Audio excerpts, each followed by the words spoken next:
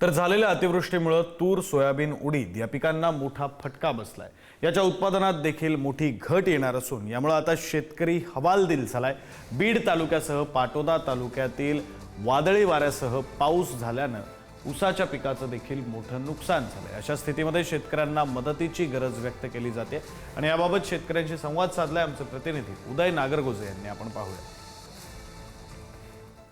बीड जिल्ह्यात झालेल्या अतिवृष्टीमुळे पिकांना मोठा फटका बसलाय। तूर असेल, सोयाबीन असेल, उडीद असेल, या पिकांना आता या अतिवृष्टीमुळे परिणाम होणार आहे। याच्या उत्पन्नावर मोठा परिणाम होणार आहे। आपण पाहू शकतो कशा पद्धतीनं आपण सध्या बीड जवळील पिंपळनेर भागात आहोत आणि या ठिकाणी जी अतिवृष्टी झाली आहे त्यामुळे अद्याप ही जमिनीत ओल कायम आहे। आपण पाहू शकतो कशा पद्धतीने उडदाचं हे पीक आहे। उडीद आणि तुरीचं हे पीक एकाच शेतामध्ये घेतलेलं आहे शेतकऱ्याने आणि उडदाचं पीक हे पूर्णपणे काळं पडलंय। या अतिवृष्टीमुळे जवळपास गुडघाभर पाणी या शेतामध्ये होतं आणि आता त्याचे परिणाम आता दिसू लागलेत। आपण पाहू शकतो कशा पद्धतीने अतिशय चांगला पाऊस यापूर्वी झाल्यानं पिके जोमात होती, परंतु आता सप्टेंबरच्या अखेरीस सप्टेंबरच्या मध्यात हा जो पाऊस झालाय त्यामुळे त्याचा परिणाम आता पिकाच्या उत्पादनावर होणार आहे। तूर देखील आता आपण पाहू शकतो तुरीला देखील उत्पन्नाला फटका बसणार आहे आणि शेतकरी बीड जिल्ह्यातील कायम संकटात सापडलेला आहे। कधी दुष्काळ तर कधी अतिवृष्टी, अशा पद्धतीने हे सगळं संकट शेतकऱ्यावर उद्भवतोय आणि त्याचे परिणाम आता दिसू लागले। तर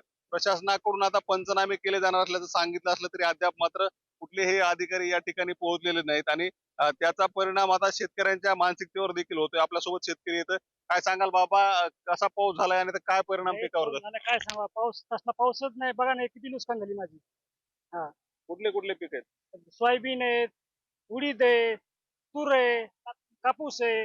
हा, किती उत्पन्नावर किती फरक पडला त्याचा? लय काय फरक पडणार आता, ह्याचं सगळं गेलं पाण्यातच गेलं सगळं, काय आहे? उदय नागरगोजे, पुढारी न्यूज, बीड।